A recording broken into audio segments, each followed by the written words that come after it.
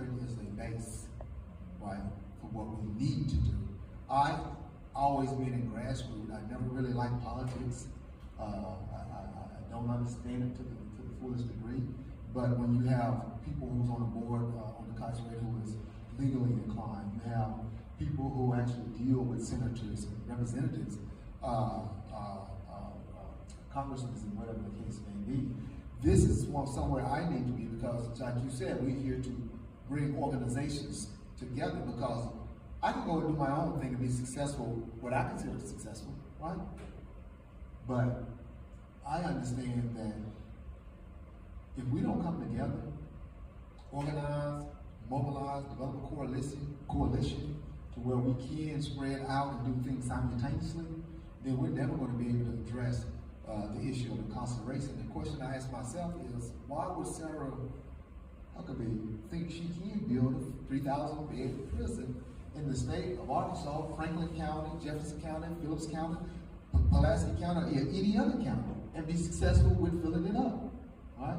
That is the root of our question.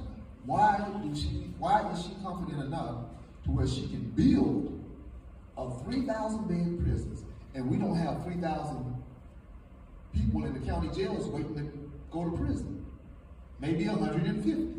So where is she going to get the other 2,000 plus people to fill that institution? And you have to keep it filled, right?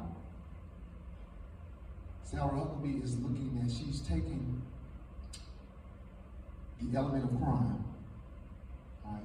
And she's looked down the line and she said, well, since they want to commit crime, why don't I utilize this opportunity, right, to monopolize off the crime that's being committed? It's not a lot of crime that's being committed that would need a 3,000 bed prison, right? But she took that opportunity to say, well, let me develop an act called Protect Arkansas, right? And then once you look at the Protect Arkansas Act and look at it real closely, Sarah Huckabee has developed an act that really would supersede the sentencing guideline, right? Because if I count 10 years here and go to prison, but if I catch it and it's under the Protect Arkansas Act, then the sentencing guidelines are totally different, right? She's going to give those who are nonviolent offenders 85% of their time, and those who are violent offenders 100% of the time. But why would she want to even do this, is the question, right? She has a plan, and maybe her plan isn't what we think it is, but one thing about prison, Arkansas penal system has always been to confine and punish. But if we look at the development that came from the confine and punishment, it went into the convict leasing, right? So if you got 3,000 individuals out in the middle of nowhere, and you're talking about free labor, you're talking about, because, hey, I'm just going to be honest, we're locking up the brown people who do a lot of the labor work, right? We're locking them up, taking them off the street. Those who do the gardening, those who are out in fields, those who do the construction work, right? And we're locking them up, we're sending them back. So we got to have somebody to do something around here. So let's get it done for a little bit of nothing. You know, I'm not saying that's a plan, but it only makes sense. If you're building a 3,000, spending millions to build a 3,000 bed facility, and you don't have 3,000 people in the county jails waiting to go to prison. So what is her reason? But how she's doing it is the problem that incarcerated and those like us is going to address. We need to address why she thinks she can do it, and we need to attack that root issue.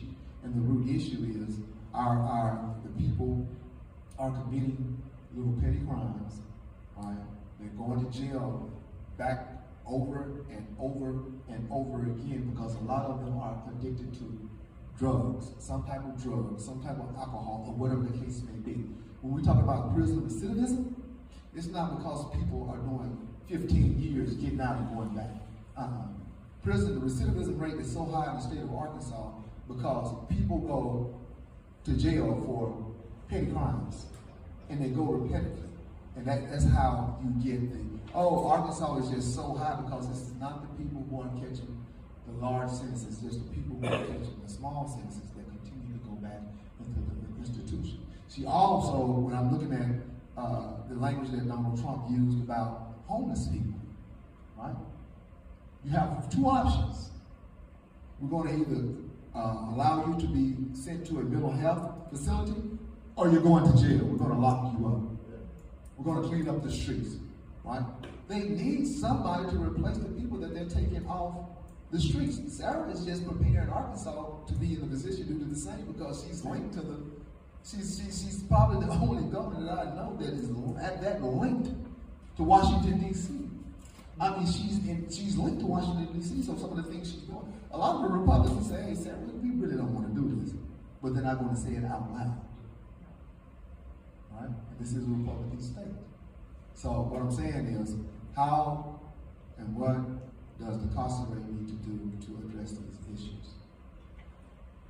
First of all, we need to do what we're doing now, making you aware of what issues are taking place and how they're taking place and why they are taking place, so that you can be better equipped to understand when we ask for help and assistance that you know, you come and aid us and assist us the best we can. But so we have to stop the crime, the small element of crime. And how do we do this? Preventive measures. How do we do this? We don't want to drug. I'm not saying overnight that I want to, you know, don't get me wrong, I want to abolish the prison system, right? But I don't want you to be somebody to be next door that need to be housed or off the streets to be, you know, running rampant and we don't have anywhere to put them in, right? But anybody who's committing crime, there's a mental health element that goes along and is associated with it. So with the CASA rate, what we want to start doing is organizing ourselves, mobilizing ourselves, and attaching ourselves with all kind of resources and different organizations so we can address this issue simultaneously. If that answers a little bit. Yeah, I mean,